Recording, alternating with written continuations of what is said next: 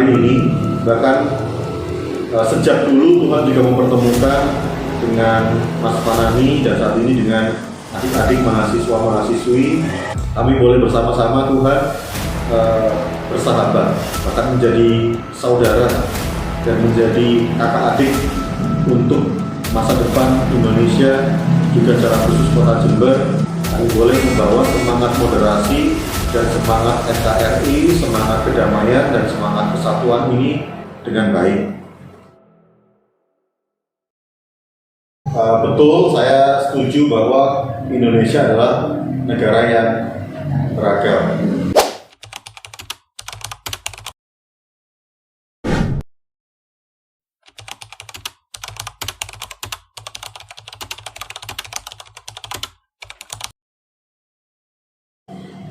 Menurut Bapak, mengapa moderasi beragama penting untuk diimplementasikan dalam kehidupan agama dan masyarakat di Indonesia?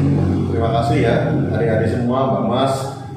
Betul, saya setuju bahwa Indonesia adalah negara yang beragam.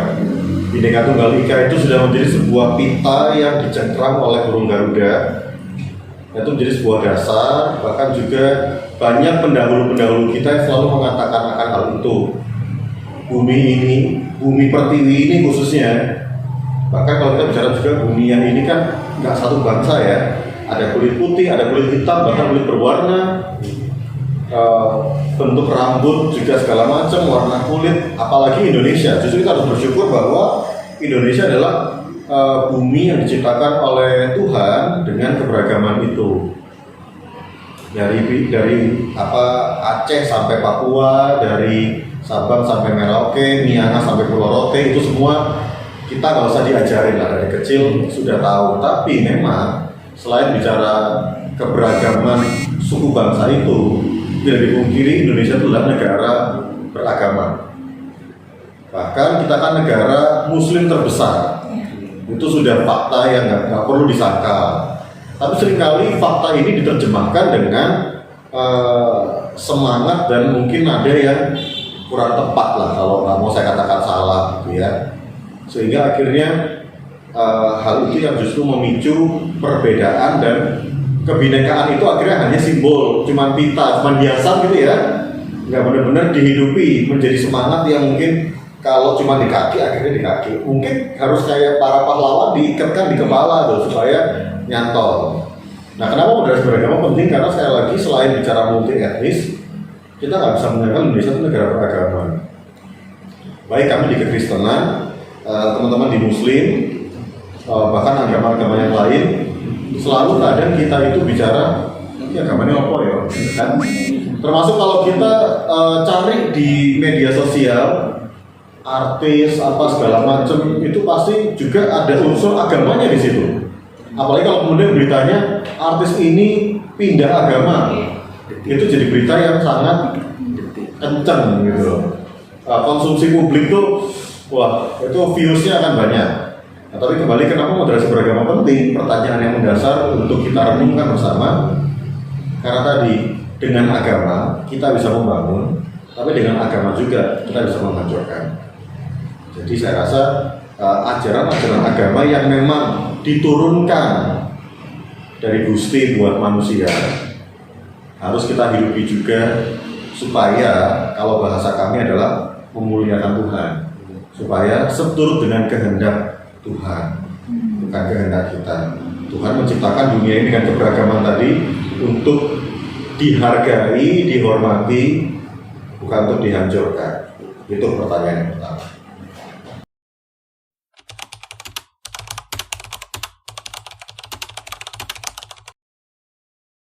Berlebihan.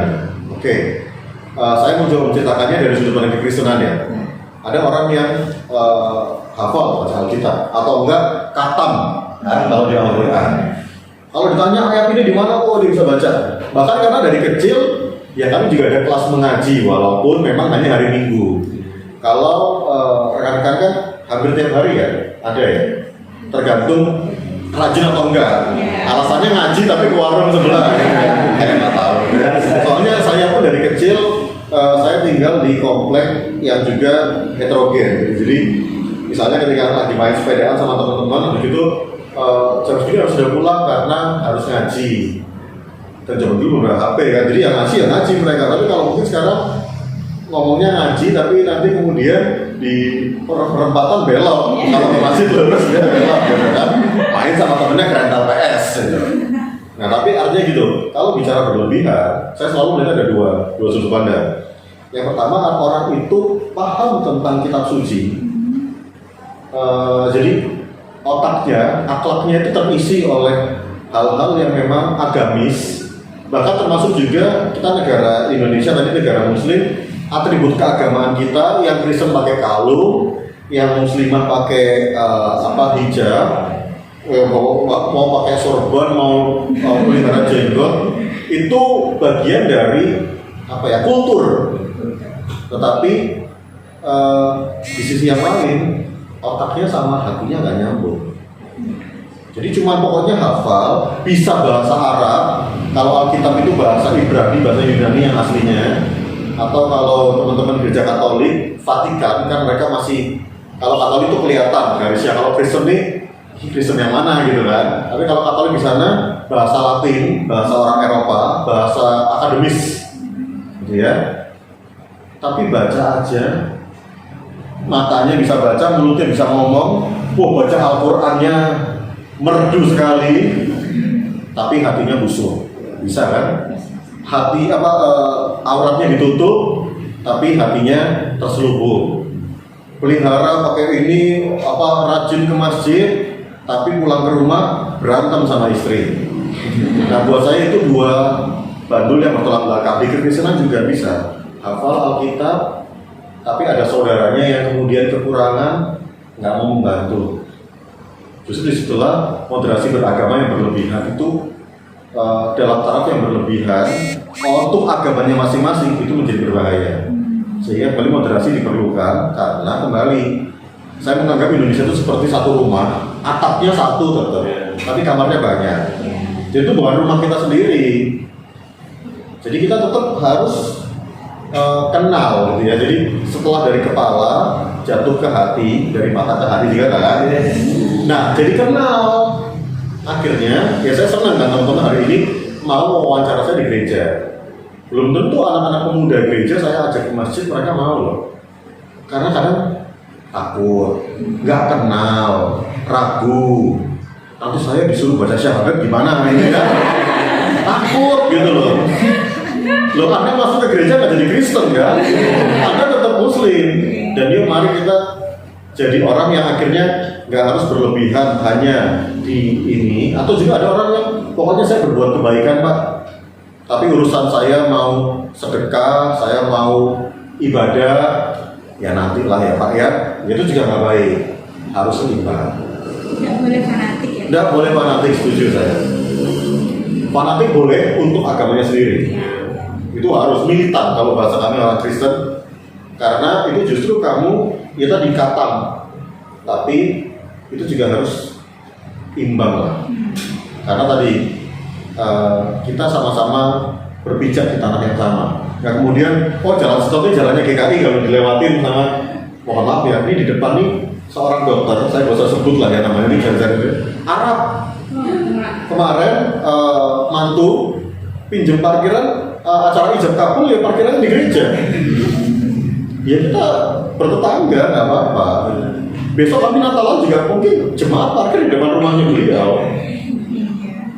Ya kira-kira begitulah. Karena itu orang Indonesia.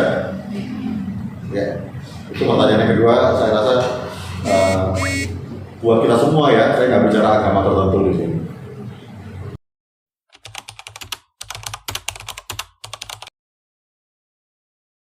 Saya rasa dalam hal ini tentu peran pemimpin agama itu menjadi esensial. Karena kembali Indonesia itu negara beragama selain multi etnis tadi. Bahkan kadang kita etnisnya bisa beda. Tadi orang Probolinggo, orang Lumajang, orang Panti, orang Kalisat. Tapi kalau sama-sama Islam kita saudara. Tapi kalau sama-sama orang Kalisat, sama-sama orang Panti, Bondowoso, saya Kristen, kamu Muslim, kita kayaknya beda nih. Nah, jadi buat saya yang penting tuh di sini agama punya peran penting.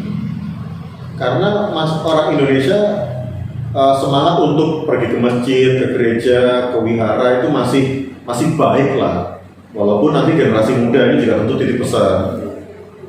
Sekarang ya sudahlah, kalau ingat ya, kalau sudah mau tobat baru ya, kalau sudah mau meninggal baru ingat Tuhan, telat gitu ya.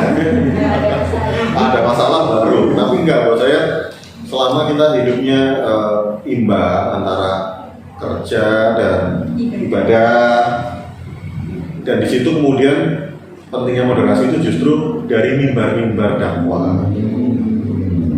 Tentu ada waktunya kita bicara tentang syiar, tentang dogma, tentang nilai-nilai agama kita masing-masing, tapi ya juga harus diimbangi ada waktunya kita bicara tentang misalnya sekarang bencana Cianjur atau tentang kerusakan lingkungan, ya itu juga harus dibicarakan. Jadi kan kalau dalam agama kami juga, dan saya percaya juga di Muslim juga ada, ya Tuhan itu kan Maha Kuasa ya.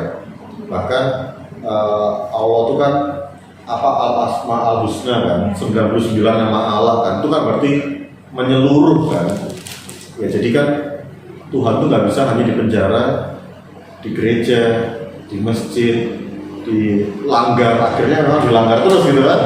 Di tempat-tempat ibadah kita itu kebutuhan manusia untuk datang. Tapi bahkan Tuhan itu ada dan kita harus membawa itu. Tapi dengan memang identitas kita, nggak kemudian akhirnya Mbak Mas harus, oke saya nggak usah beragama nih, ya nggak bisa juga. Kita Indonesia, saya nggak usah sok-sokan kayak orang Kristen deh. Kita ini aja nggak bisa. Kita memang harus datang dan identitas kita, tapi kita nggak berbeda loh. Kita punya ibaratnya kita sama-sama soto, cuman saya soto Lamongan, situ soto Makassar.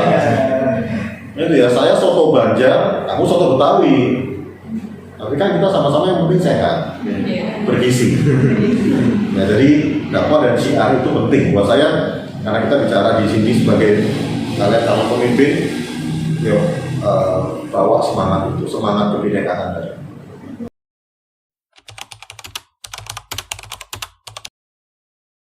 Nah, di sini saya boleh buka kitab saya ya. Sebenarnya ada banyak. Misalnya saya ambil 3 contoh. Contoh yang pertama dari Yesus Kristus sendiri. Karena sebenarnya gini, ada sedikit kemiripan antara Islam dan Kristen. Kita sama-sama anak-anak Ibrahim ya.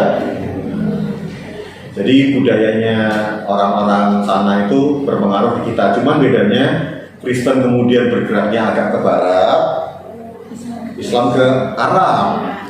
Kita ketemu di Indonesia, gitu loh.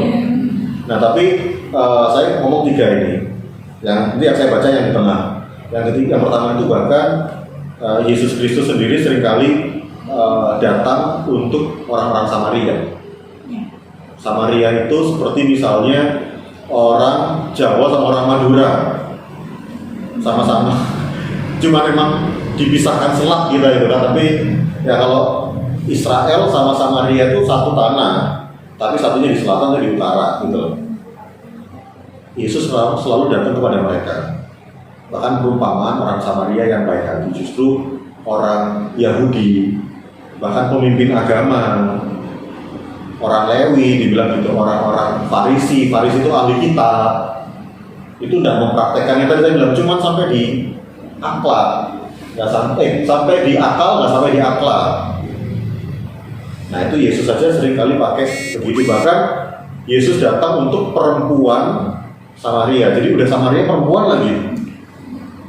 Jadi itu agama itu harus menjangkau, karena kami bicara Allah itu, Gusti Allah itu menyelamatkan, bukan hanya menciptakan. Manusia itu memang dasarnya salah. Nah, dipulihkan, diselamatkan, dipanggil. Nah, tapi itu orang Yahudinya tidak mau dipanggil. Akhirnya selalu jadi contoh orang Samaria, termasuk orang yang sakit kusta, 10 orang, 10-10-nya sembuh, yang kembali cuma satu orang, dan itu orang Samaria. Yang kedua yang saya baca di sini adalah muridnya Yesus, itu namanya Petrus. Itu kayak kelompok, istilahnya ketua kelompoknya. Ini ketua kelompoknya siapa nih? Dia atau Ferdi? Iya. Ya saling tunjuk ya. Nah, Petrus itu juga orang yang sangat tekun di dalam pengajaran agamanya Yahudi khususnya, tetapi kan kemudian syiarnya ya bicara tentang bukan hanya ya kita kan sama-sama bukan orang Yahudi kan, kami menjadi Kristen, adik-adik menjadi Muslim, ya kan, ya ialah Yahudi dengan Yahudi gitu kan. Tetapi Rasul Petrus kami bicaranya sama, kalian Rasul juga ada kan, ini juga Rasul.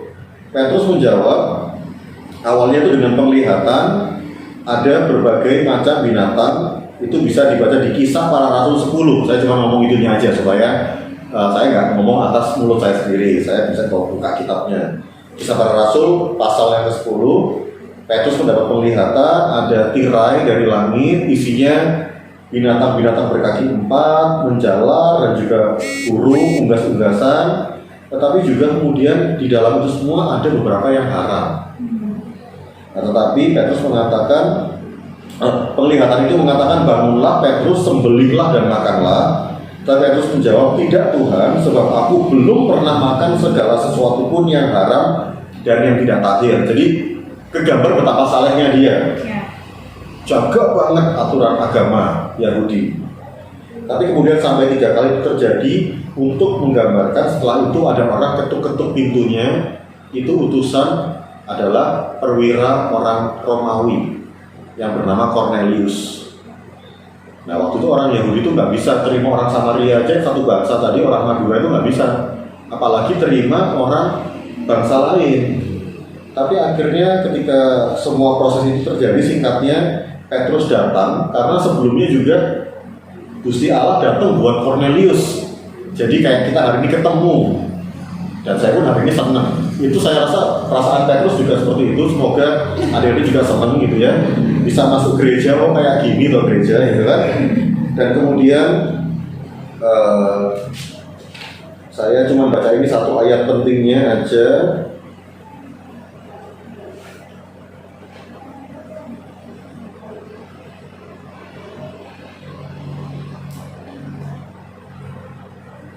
Ini dikat ya bagian ini ya, kan kepanjangannya videonya ya.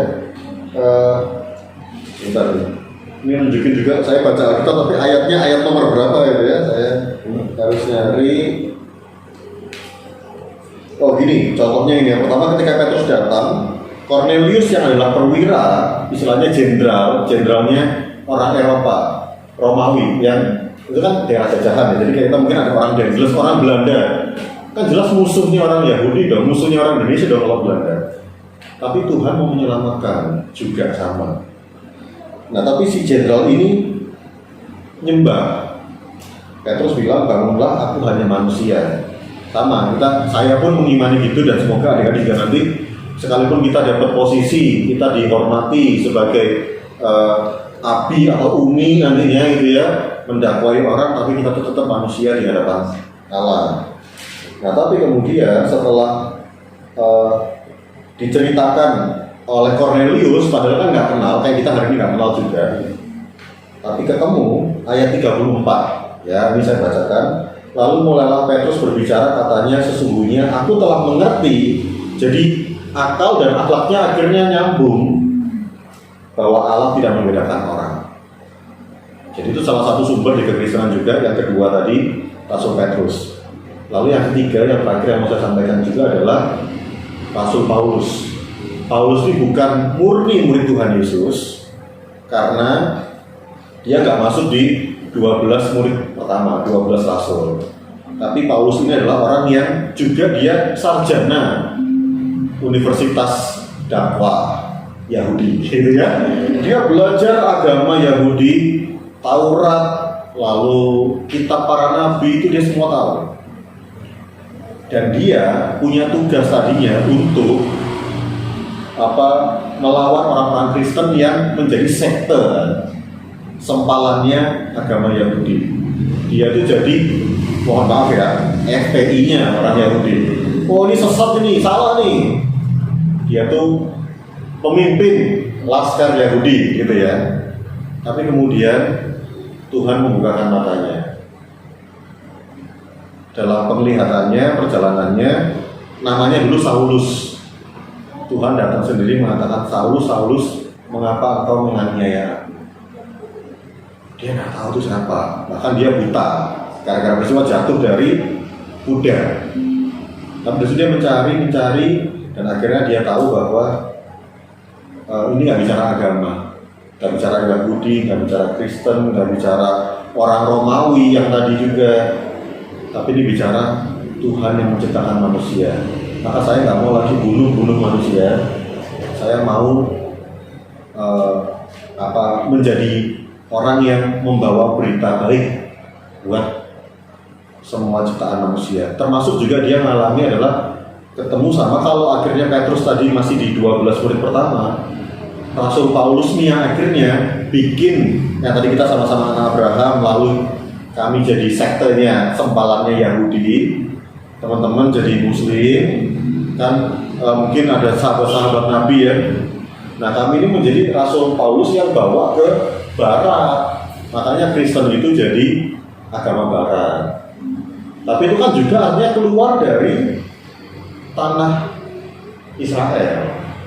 Tapi kan juga teman-teman ke Arab sampai ke Indonesia itu kalau nggak kuasa Tuhan yang membawa, zaman dulu belum ada WA, belum ada medsos, mereka hebat melawan badai, samudra untuk membawa nama Tuhan.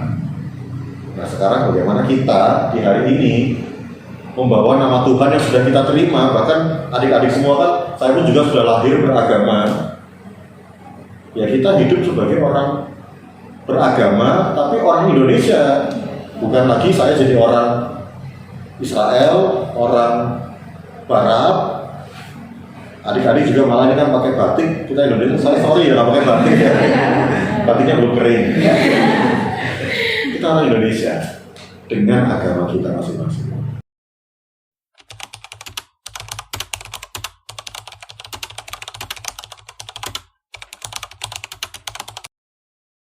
Ya, makasih pertanyaan yang bagus dan juga tentunya menjadi pesan-pesan buat kita ya.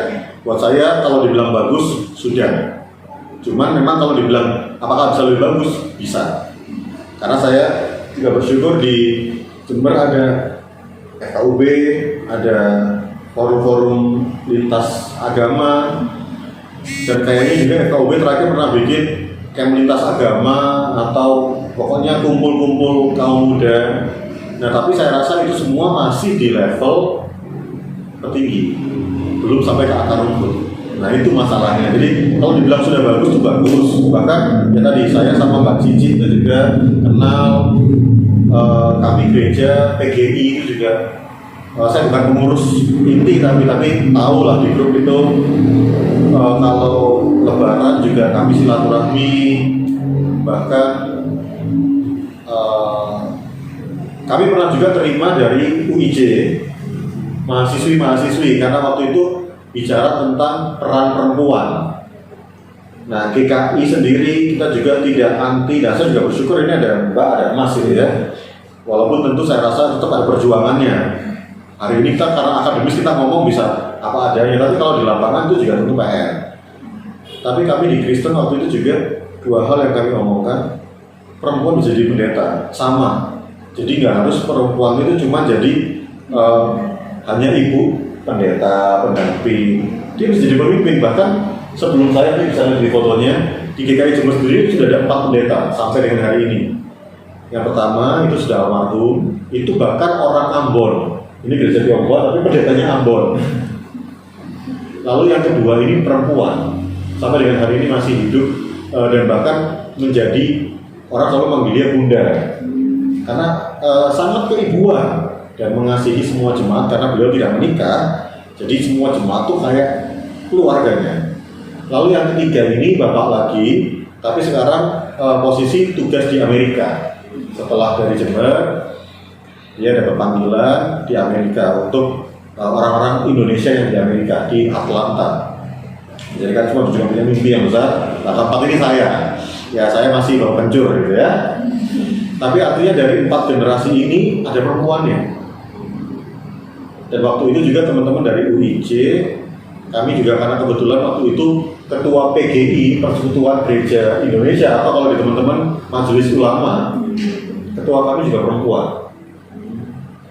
Jadi itu salah satu yang waktu itu kami sampaikan. Dan kembali untuk Jember, saya rasa bukan menjadi PR hanya para pemimpin agama, tetapi PR kita semua, dan semoga bukan cuma hanya untuk kaum akademisi, kaum pemerintahan. Ya syukur kalau pemerintahannya cukup netral ya.